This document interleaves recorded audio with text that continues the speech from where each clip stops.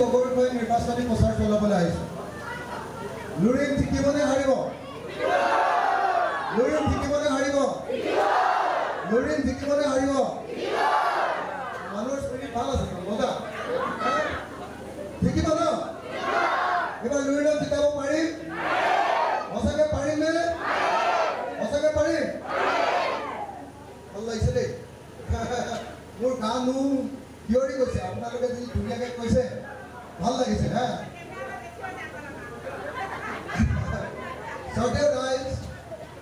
আপোনালোকে সকলোৱে জানে আমি অসম জাতীয় পৰিষদৰ সভাপতি লুৰিণজ্যোতি গগৈ এইবাৰ ডিব্ৰুগড় লোকসভা সমষ্টিৰ পৰা প্ৰাৰ্থিত্ব প্ৰদান কৰিছোঁ। লুৰিণজ্যোতি গগৈ কেৱল অসম জাতীয় পৰিষদৰ প্ৰাৰ্থী নহয়, লুৰিণজ্যোতি গগৈ আমাৰ ৰাইজৰ দলৰো প্ৰাৰ্থী, লুৰিণজ্যোতি গগৈ কংগ্ৰেছ দলৰো প্ৰাৰ্থী, লুৰিণজ্যোতি গগৈ CPI আৰু CPIMৰ আৰু CPIML দলৰ যিমানবিলাক আমাৰ বিৰোধী ৰাজনৈতিক দল আছে সকলো ৰাজনৈতিক দলে এইবাৰ একলগ হৈ আমি লুৰিণজ্যোতি গগৈ ডিব্ৰুগড় লোকসভা সমষ্টিত আমি কিয় একলগ হৈছোঁ? আমি একলগ এইকাৰণে কৈছোঁ যে এইবাৰ 2024 যদি আকৌ বিজেপি চৰকাৰ হয়, 2024 যদি নৰেন্দ্ৰ মোদী যদি আকৌ প্ৰধানমন্ত্ৰী হ'বলৈ হয়, তেতিয়াহ'লে আমাৰ দেশত আৰু গণতান্ত্ৰিক ব্যৱস্থাটো আৰু নাথাকিব। সদায় ৰাতিপুৱাৰ পৰা গধূলিলৈকে কেৱল হিন্দু মুছলমান হিন্দু মুছলমান হিন্দু মুছলমান এইটো কৰি কৰি আমাৰ সমস্যা যিবিলাক আছে সেই সমস্যাবিলাক সমাধান কৰাৰ কথাটো সম্পূৰ্ণৰূপে পাহৰি গৈছে। যেনেকৈ ধৰক আমাৰ গেছ চিলিণ্ডাৰৰ দাম আগতে কংগ্ৰেছ চৰকাৰৰ দিনত আছিলে 410 টকা, এতিয়া কেইটকা গেছ চিলিণ্ডাৰৰ দাম? কেইটকা? এতিয়া 952 টকা, ঘৰত গৈ পৰে মানে 1100 টকামান হয়। আৰু কেইদিনমানৰ আগলৈকে আছিলে 1152 টকা, 1152 টকা। ইলেকশ্যনৰ কাৰণে 200 টকা কমাই দিছে, ইলেকশ্যনৰ পিছত আকৌ 400 টকা বঢ়াই দিছে, হয় নহয় বাৰু? চৰকাৰ নাই।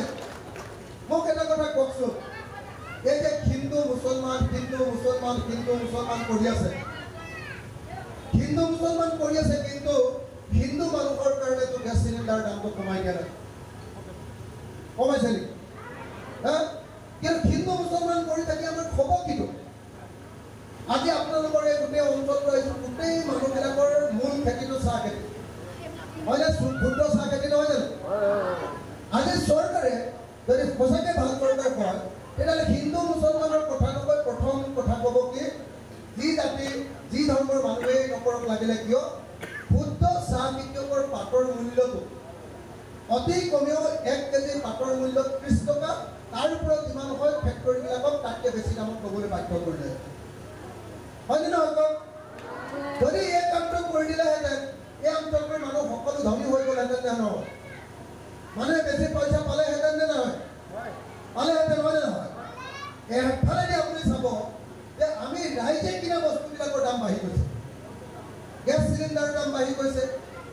দালি কিনিছিলোঁ আগতে 1 কেজি মচুৰ দাইল কিনিছিলোঁ আমি 45 টকাৰ পৰা 48 টকাৰ ভিতৰত, এতিয়া 1 কেজি মচুৰ দাইলৰ দাম কিমান? 110 টকা, নহয় জানো? 100 টকা 110 টকা, 45 টকাৰ পৰা যদি 110 টকা হয়, দুগুণতকৈ বেছি দাম বাঢ়ি গ'ল মচুৰ দাইল। কিন্তু চাহপাতৰ দাম তেনেকৈ বঢ়া নাই। আমি চাউল কিনি খাওঁ, চাউলৰ দাম বাঢ়ি গৈছে, কিন্তু খেতিয়কে বিক্ৰী কৰা ধানৰ দাম বঢ়া নাই। আপোনালোকে সকলো চাওক এবাৰ, সকলো দুখীয়া মানুহে বিক্ৰী কৰা বস্তুবিলাকৰ দাম বঢ়া নাই। আপোনালোকে সকলোৱে চাওক, আগতে মিঠাতেলৰ দাম আছিলে 70 টকাৰ পৰা 80 টকা 1 লিটাৰ মিঠাতেলৰ দাম। এতিয়া 1 লিটাৰ মিঠাতেলৰ দাম কিমান? 220 টকা। 1 লিটাৰ মিঠাতেলৰ দাম 220 টকা। টিনৰ মিঠাতেলৰ দামো 170 টকাৰ পৰাহে আৰম্ভ হয়।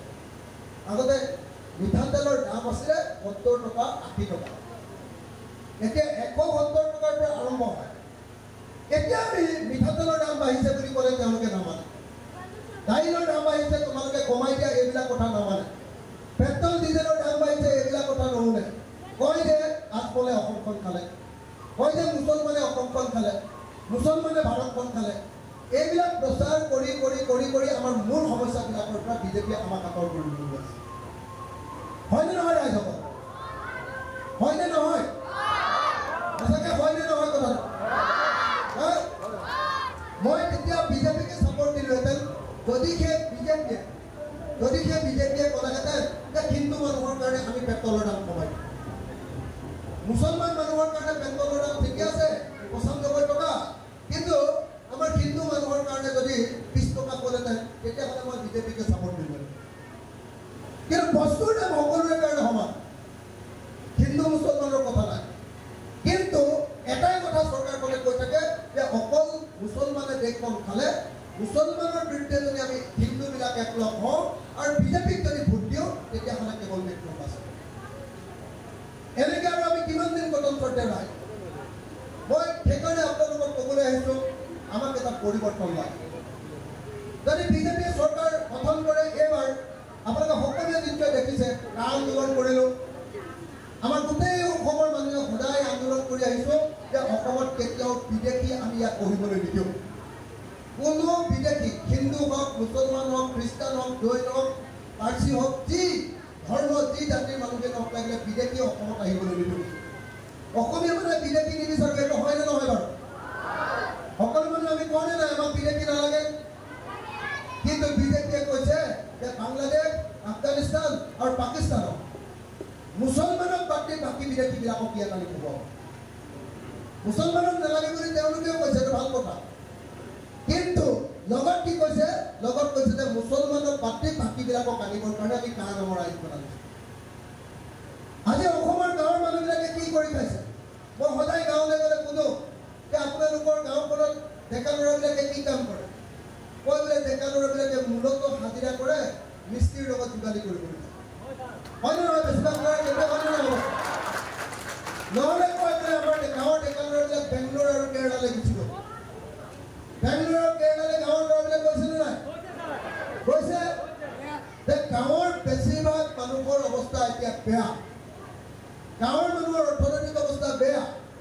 হিমন্ত বিশ্ব শৰ্মা আৰু সৰ্বানন্দ সোণোৱালে 2016 চনত আমাক কৈছিলে যে তৰুণ গগৈ চৰকাৰৰ দিনত অসমত নিবনুৱাৰ সংখ্যা 23 লাখ হৈ গ'ল। তৰুণ গগৈয়ে এজনো নিবনুৱাক চাকৰি দিব পৰা নাই। গতিকে আমি 23 লাখ নিবনুৱাক যদি চাকৰি দিব লাগে তেতিয়াহ'লে বিজেপিক ভোট দিব লাগে। আমি সকলোৱে কওঁ যে হয় নিবনুৱা সমস্যাৰ সমাধান লাগে, গতিকে আমি বিজেপিক ভোট দিম। মানুহে বিজেপিক ভোট দিলে। বিজেপিক ভোট দিয়াৰ পাছত এতিয়া 7 বছৰ হ'ল। 7 বছৰত অসমৰ নিবনুৱা কিমান কমিলে? 23 লাখ নিবনুৱাৰ পৰিমাণ কিমান কমিলে? এইবাৰ বিধানসভাত তথ্য দিছে যে এইবাৰ 23 লাখ নিবনুৱাৰ সংখ্যা বাঢ়ি 32 লাখ হ'ল অসমত। কিমান হ'ল? 23 লাখৰ পৰা 32 লাখ হ'ল। তাৰমানে নিবনুৱাৰ সংখ্যা 9 লাখ বিজেপি চৰকাৰৰ দিনত বাঢ়িল। তেওঁলোকে নিবনুৱা সমস্যা সমাধান কৰিব পৰা নাই। কিন্তু তেওঁলোকে বিদেশীক আনিব খোজে। আপোনালোকৰ এই অঞ্চলৰ বহুত মানুহৰ মাটিৰ পট্টা নাই। বহুতৰ নাই নহয় জানো? মাটিৰ পট্টা নাই, নাই হয়নে নহয়? বহুতৰে দেখা আছে যে বহুত মাটি ইয়াত নন কেডেষ্ট্ৰিয়েল হয়নে নহয়?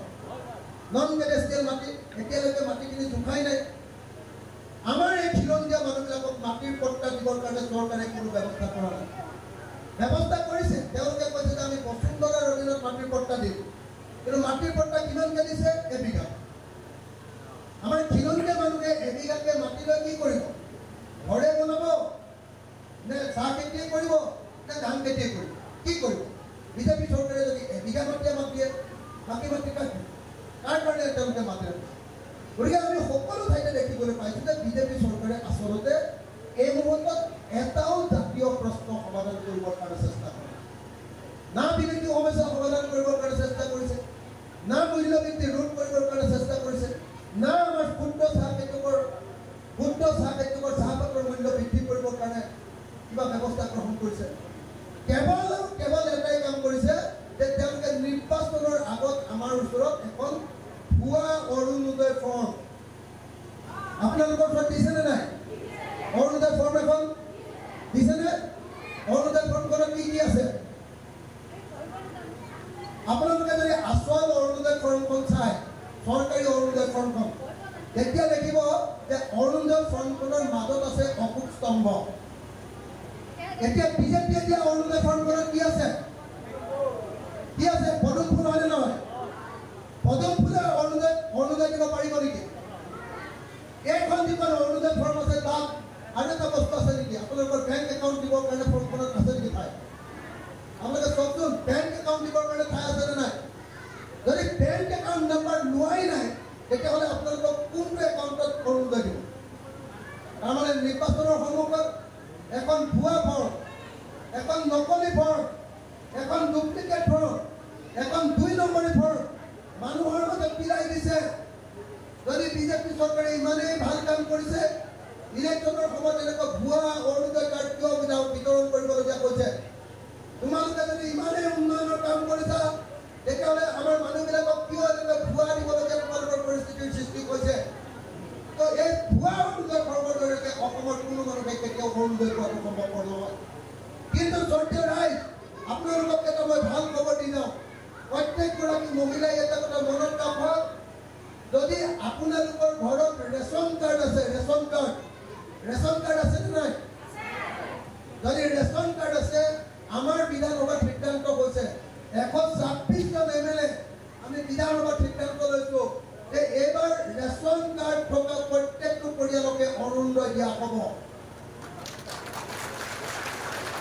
অৰুণোদয় পাবৰ কাৰণে বিজেপিৰ ফৰ্ম ফিল আপ কৰাৰ কোনো প্ৰয়োজন নাই অৰুণোদয় পাবৰ কাৰণে বিজেপিক তেল মৰাৰ কোনো প্ৰয়োজন নাই অৰুণোদয় পোৱাৰ কাৰণে আপোনালোকে কংগ্ৰেছ এৰি দিয়াৰ কোনো প্ৰয়োজন নাই অৰুণোদয় পাবৰ কাৰণে বিজেপি হোৱা কংগ্ৰেছ হোৱা এজেপি হোৱা ৰাইজৰ দল হোৱা এইটো কোনো প্ৰয়োজন নাই যাৰ ৰেচন কাৰ্ড আছে প্ৰত্যেকগৰাকী মহিলাই এইবাৰৰ পৰা 1250 টকাকৈ অৰুণোদয় পাব এইটো হ'ল অসম বিধানসভাৰ সিদ্ধান্ত এইটো নম্বৰ 1 নম্বৰ 2 আপোনালোকক সকলোকে এটা কথা কৈ আছে যে আমি লাখপতি বাইদেউ লাখপতি হ'ল নে নাই আপোনালোক আপোনালোকক 10,000 টকা দিলে নে নাই আৰু 10,000 টকা দিলে লাখপতি হ'ব নেকি মানুহ 10,000 টকা দিম বুলি যে কৈছিলে 10,000 টকা দিম বুলি কৈ এতিয়ালৈকে আপোনালোকক কি কাম কৰোৱা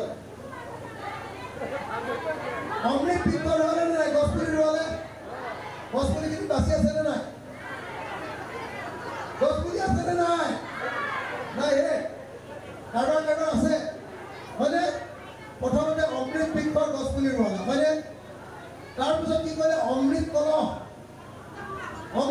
ৰোৱালে নে নাই সদায় কঁকালত ভেটি ৰাখিছিলে নে নাই কলহ লৈছিলে নে নাই বিয়া নাম গাইছিলে নে নাই পালে নে নাই 10,000 টকাটো পালে নে নাই নাই পোৱা অমৃত কলহ তাৰপাছত ক'লে যে হিমন্ত বিশ্ব জলকীয়া আহিব সেইখন মিটিঙলৈ যাব লাগে তাৰপিছত ক'লে যে পীযুষ হাজৰিকা জলকীয়া আহিছে তালৈ মিটিঙলৈ যাব লাগে অকল মিটিঙলৈ গ'লে নহ'ব তেওঁলোকক চেল্ফি এখনো মাৰি দিব লাগে হয়নে নহয় চবলৈকে চব আত্মসহায়ক গোটলৈ অৰ্ডাৰ দিছে নে নাই হয়নে নহয় প্ৰত্যেকগৰাকী মহিলাক ইমান ফটোৱাইছে যে বিজেপিৰ মিটিঙলৈ গৈ এতিয়ালৈকে অসমৰ মহিলাবিলাকৰ 70মান ইতিমধ্যে চেণ্ডেল ছিগি শেষে হ'ল কিন্তু এতিয়ালৈকে 10,000 টকা পোৱা নাই হয়নে নহয় কওক পালে নেকি কওক নাই পোৱা এতিয়ালৈকে 10,000 টকা পোৱা নাই মই আপোনালোকক এটা কথা কৈ যাওঁ 10,000 টকা পাবৰ কাৰণে অমৃত বৃক্ষৰ গছ ৰোৱাৰ দৰকাৰ নাই 10,000 টকা পাবৰ কাৰণে অমৃত কলহ ৰোৱাৰ প্ৰয়োজন নাই 10,000 টকা পোৱাৰ কাৰণে হিমন্ত বিশ্ব শৰ্মাৰ মিটিঙলৈ যোৱাৰ দৰকাৰ নাই 10,000 টকা পাবৰ কাৰণে ভাস্কৰ শৰ্মাৰ মিটিঙলৈ যোৱাৰ প্ৰয়োজন নাই 10,000 টকাটো হিমন্ত বিশ্ব শৰ্মাৰ বাপেকৰ ঘৰৰ পৰা আমাক দিয়া নাই 10,000 টকাটো দিছে আমাৰ চৰকাৰৰ টকা আৰু সেই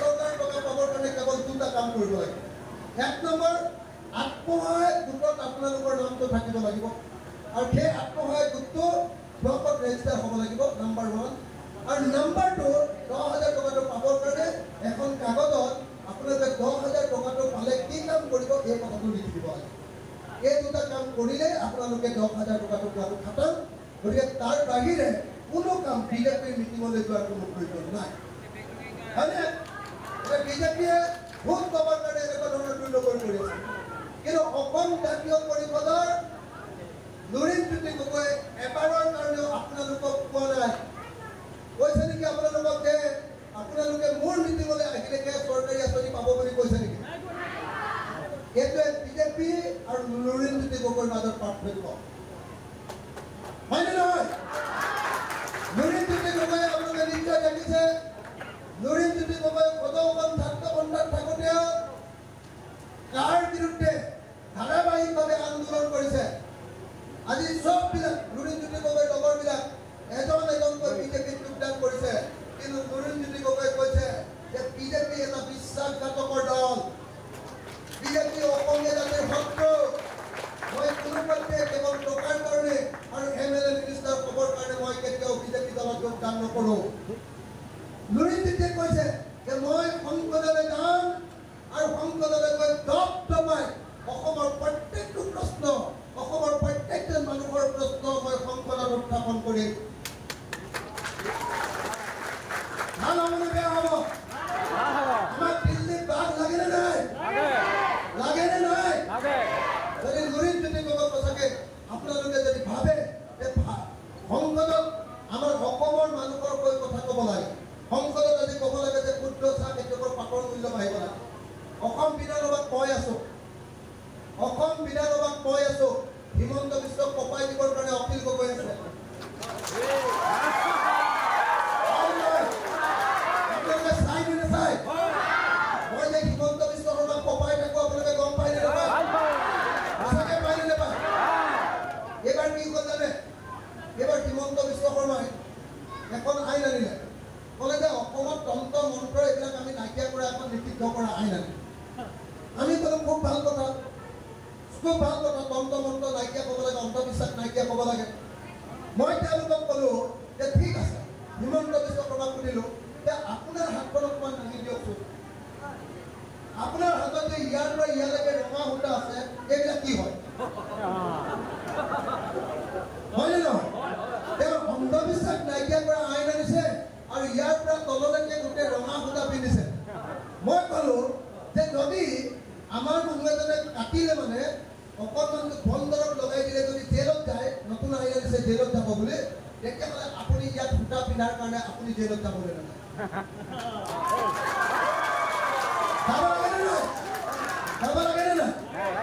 এনেকে প্ৰত্যেকটো প্ৰশ্ন মুখত ধৰিবৰ কাৰণে এইবাৰ মই এটা প্ৰস্তাৱ আনিছিলোঁ এই প্ৰস্তাৱ মই কৈছিলোঁ যে অসমৰ প্ৰত্যেকজন পথাৰত সকলো সময়তে পানী যোগান ইৰিগেশ্যনৰ ব্যৱস্থা কৰিব লাগে পানী যোগান দিব লাগে পানী যোগান যদি দিয়ে তেতিয়াহ'লে এডৰা পথাৰত আমি 3বাৰ খেতি কৰিব পাৰিম এবাৰ শালি খেতি এবাৰ বড়ো খেতি আৰু এবাৰ শাক পাচলি খেতি 3বাৰ যদি খেতি কৰোঁ তেতিয়াহ'লে 10 বিঘা মাটিয়ে পোৱালি দি 30 বিঘা হৈ যাব আৰু 30 বিঘা যদি মাটিত খেতি কৰোঁ তেতিয়াহ'লে আমাক অৰুণোদয় নিদিলেও হ'ব আমাক আঁঠুৱা কম্বল নিবিলালেও হ'ব আমি নিজৰ ভৰিৰ ওপৰত খাব পাৰিম উল্টাই আমি হিমন্ত বিশ্ব শৰ্মাক ক'ব পাৰিম যে হিমন্ত তুমি গোটেই জীৱন বেলেগক লুটি পুটি খাইছা আৰু লুটিব নালাগে মোৰ ঘৰতে বৰা চাউল তৈয়াৰ কৰিছোঁ ইয়াকে এক বস্তা খোৱা যোৱা বুলি কলিয়াই দিব পাৰিম আমি আত্মনিৰ্ভৰশীল অসমীয়া হ'ব পাৰিম নে নোৱাৰিম কিন্তু সেইটো তেওঁলোকে নকৰে কয় যে অসমীয়া মানুহক আমি 1250 টকা দিম কিন্তু 1250 টকাই আমাৰ চলিবলৈ কৰিব নেকি 1250 টকাই আমাৰ গেছ চিলিণ্ডাৰটো কিনিবলৈ নুজুৰে হয়নে নহয় যদি 2 গুড়া কিনিবলৈ নুজুৰে বাকীখিনি কি হ'ব চাউলৰ কি হ'ব আলুৰ কি হ'ব দাইলৰ কি হ'ব ল'ৰা ছোৱালী পঢ়ুৱাৰ কি হ'ব হয়নে নহয় চিকিৎসা কৰাৰ কি হ'ব এই গোটেই কথাবিলাকক লৈ ভাৰতৰ সংসদত দপদপাই দিবৰ কাৰণে যেনেকৈ অসম বিধানসভাত মই দপদপাই দিওঁ ভাৰতৰ সংসদত দপদপাই দিবৰ কাৰণে অসমৰ পৰা 2জন মানুহক জিকাই পঠোৱাটো খুব দৰকাৰ এজন ডিব্ৰুগড়ৰ পৰা লুৰিণজ্যোতি গগৈ আৰু আনজন যোৰহাটৰ পৰা গৌৰৱ গগৈ আপোনালোকে যদি এই 3 গগৈৰ ওপৰত ভৰসা ৰাখে অখিল গগৈ গৌৰৱ গগৈ লুৰিণজ্যোতি গগৈ আমি খাটাংকে কৈছোঁ আপোনালোকে এই 3জন গগৈৰ ওপৰত ভৰসা কৰক 2026 চনত আমি হিমন্ত বিশ্ব শৰ্মা চৰকাৰক সংসদত কলিয়াই দিম তিনি গগৈ মানে সকলো জাতি লগ হৈ 3 গগৈ মানে সকলো জাতীয়তাবাদী মানুহ লগ হৈ 3 গগৈ মানে অসমৰ সকলো জাতি আমাৰ অসমত থকা আহোম কোচ কলিতা ব্ৰাহ্মণ নগা চিম্পো যিমান জাতি আছো ৰাভা বড়ো কছাৰী যিমান জাতি আছো সকলোকে আমি প্ৰতিনিধিত্ব নিষিদ্ধ কৰোঁ আমি বিজেপিৰ নিচিনাকৈ বৰ্ণবাদী সাম্প্ৰদায়িক ৰাজনীতিত বিশ্বাস নকৰোঁ আমি সকলোকে লগত লৈ ঐক্যবদ্ধভাৱে অসমখন নতুনকৈ কৰিব খোজোঁ আৰু হিমন্ত বিশ্ব শৰ্মাৰ ভেলকিবাজি আমি অসমৰ পৰা দলিয়াই পেলাব খোজোঁ গতিকে যদি সঁচাকৈ আপোনালোকে মোক ভাল পায় মই হাতযোৰ কৰি অনুৰোধ কৰিছোঁ আপোনালোকে লুৰুণজ্যোতি গগৈক ভোট দিয়ক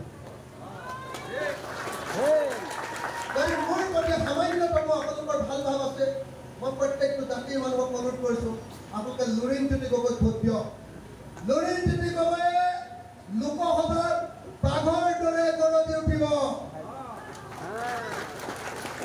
আজি গৌৰৱ গগৈয়ে যেনেকৈ অমিত শ্বাহ আৰু নৰেন্দ্ৰ মোদীৰ সন্মুখত বাঘৰ দৰে গৰজি উঠিছে গৌৰৱ গগৈৰ লগত যদি লুৰুণজ্যোতি গগৈ থাকে তেতিয়াহ'লে অসমীয়া ল'ৰাই ভাৰতৰ সংসদখন দখল কৰি পেলাব পাৰিব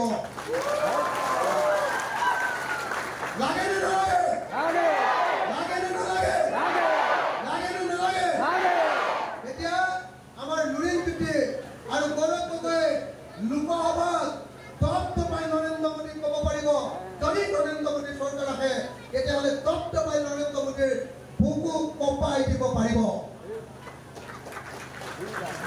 আৰু মই আপোনালোকক নিশ্চয় প্ৰদান কৰিব যাওঁ যদি লুৰুণজ্যোতি জিকে আৰু যদি আমাৰ কংগ্ৰেছৰ আৰু ইণ্ডিয়াৰ চৰকাৰ হয় তেতিয়াহ'লে লুৰুণজ্যোতি গগৈ আমাৰ বিৰোধী ঐক্যমঞ্চৰ তৰফৰ পৰা ভাৰত চৰকাৰত এটা কেবিনেট মন্ত্ৰী পদ দিবৰ কাৰণে আমি ইতিমধ্যে দাবী কৰিছোঁ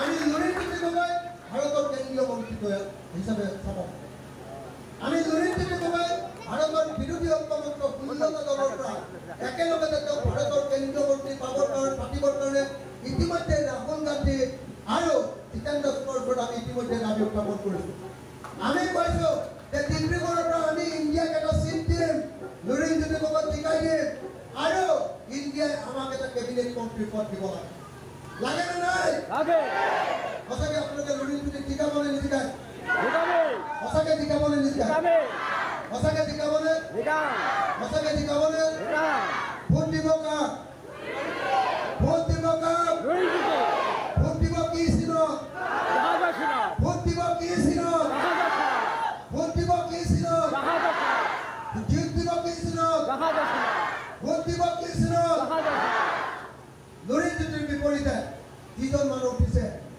তেওঁ হ'ল নিমাতী কইনা হয়নে নহয় সৰ্বানন্দ সোণোৱালে আপোনালোকে নিজে চাওক সৰ্বানন্দ সোণোৱালে এইবাৰ যেতিয়া কৰিলে নাগৰিকত্ব সংশোধনী বিধেয়ক আনিলে সংশোধনী আইন পাছ কৰিলে গোটেই অসমীয়া জাতিয়ে যেতিয়া ক'লে যে আমাক বিদেশী নালাগে সেই সময়ত সৰ্বানন্দ সোণোৱালে দিল্লীৰ ওচৰত চাৰেণ্ডাৰ কৰি দিলে তেওঁ অসমীয়া জাতিৰ বিৰুদ্ধে গ'ল নে নাই গ'ল গতিকে এনেকুৱা বিশ্বাসঘাতকক আমি কেতিয়াও ভোট দিব নোৱাৰোঁ শ্ৰদ্ধেয় ৰাইজ সৰ্বানন্দ সোণোৱালে এনেকুৱা চাৰেণ্ডাৰ কৰা মানুহ নহয় সৰ্বানন্দ সোণোৱালক আমি এইবাৰ মুখ্যমন্ত্ৰী কৰিবৰ কাৰণে 26ত ভোট দিছিলোঁ সৰ্বানন্দ সোণোৱাল জিকিলে কিন্তু সৰ্বানন্দ সোণোৱালক লাট মাৰি কি কৰিলে হিমন্ত বিশ্ব শৰ্মা ট্ৰাইবেল মানুহজনক আমি ভোট দিছিলোঁ ইলেকশ্যনত হিমন্ত বিশ্ব শৰ্মা নামৰ মানুহজনে লাট মাৰি সৰ্বানন্দ সোণোৱালক সিংহাসনৰ পৰা আঁতৰাই দিলে মুখ্যমন্ত্ৰী পদৰ পৰা আঁতৰাই দিলে আৰু যেতিয়া সৰ্বানন্দ সোণোৱালক খেদি দিলে সৰ্বানন্দ সোণোৱালে তাৰ প্ৰতিবাদ কৰিবলৈ সাহস নকৰিলে যেনেকৈ কাহঁতে তেওঁ প্ৰতিবাদ কৰিব নোৱাৰিলে তেওঁ জাতিৰ তেওঁ প্ৰতিবাদ কৰিব নোৱাৰিলে ফলৰ উল্টাই সৰ্বানন্দ সোণোৱালে ক'লে হিমন্ত তুমি বৰ ধুনীয়া লাভ কৰিছা দেই বৰ ভাল লাগিছে মুখ্যমন্ত্ৰীৰ পৰা খেদি দিছে এটাও কথা ক'ব নোৱাৰিলে সদায় হিমন্তক তেল মাৰি আছে কৈছে যে হিমন্ত তুমি বৰ ধুনীয়া লাভ কৰা দেই মোক এটাহে লাভ কৰিলে আৰু 3টা মাৰি দিয়া না এইটো হ'ল সৰ্বানন্দ সোণোৱাল চাৰেণ্ডাৰ কৰা মানুহ তেওঁ গোটেই জীৱনো যদি আপুনি ভোট দি থাকে আমাৰ কাৰণে কোনো ভাল কাম তেওঁ কৰিবলৈ সক্ষম নহয় কোনো কামেই তেওঁ কেন্দ্ৰীয় মন্ত্ৰী হ'ল তেওঁ মুখ্যমন্ত্ৰী হ'ল আপোনালোকৰ ডিব্ৰুগড় লোকসভা সমষ্টিৰ কাৰণে কিবা কাম কৰিলে নেকি তেওঁ জীৱনত সদায় কৈ আহিছিলে যে নামৰূপ সাৰ কাৰখানাৰ 4ৰ্থটো গোট তৈয়াৰ কৰিম তেওঁ নামৰূপ সাৰ কাৰখানাৰ 4ৰ্থ গোট তৈয়াৰ কৰিব পাৰিলে নে নাই এটা কামো সৰ্বানন্দ সোণোৱালে কৰিব পৰা নাই আৰু নকৰে মানুহটোৱে কেৱল নিজৰ স্বাৰ্থত ইফালৰ পৰা সিফালে দৌৰি থাকে, ইফালৰ পৰা সিফালে দৌৰি থাকে। গতিকে তেওঁ ভোট দি কোনো লাভ নাই। মই সকলোকে আকৌ সাজুৰ কৰি লুৰিণজ্যোতি গগৈ কি চিনত? জাহাজৰ চিনত। চিনটো আকৌ মনত ৰাখক। কি চিনত? কি চিনত? কি চিনত? জাহাজৰ চিনত লুৰিণজ্যোতি গগৈ ভোট দিবৰ কাৰণে সকলোকে মই বিনম্ৰভাৱে প্ৰাৰ্থনা জনাইছোঁ। ধন্যবাদ। জয় আই অসম।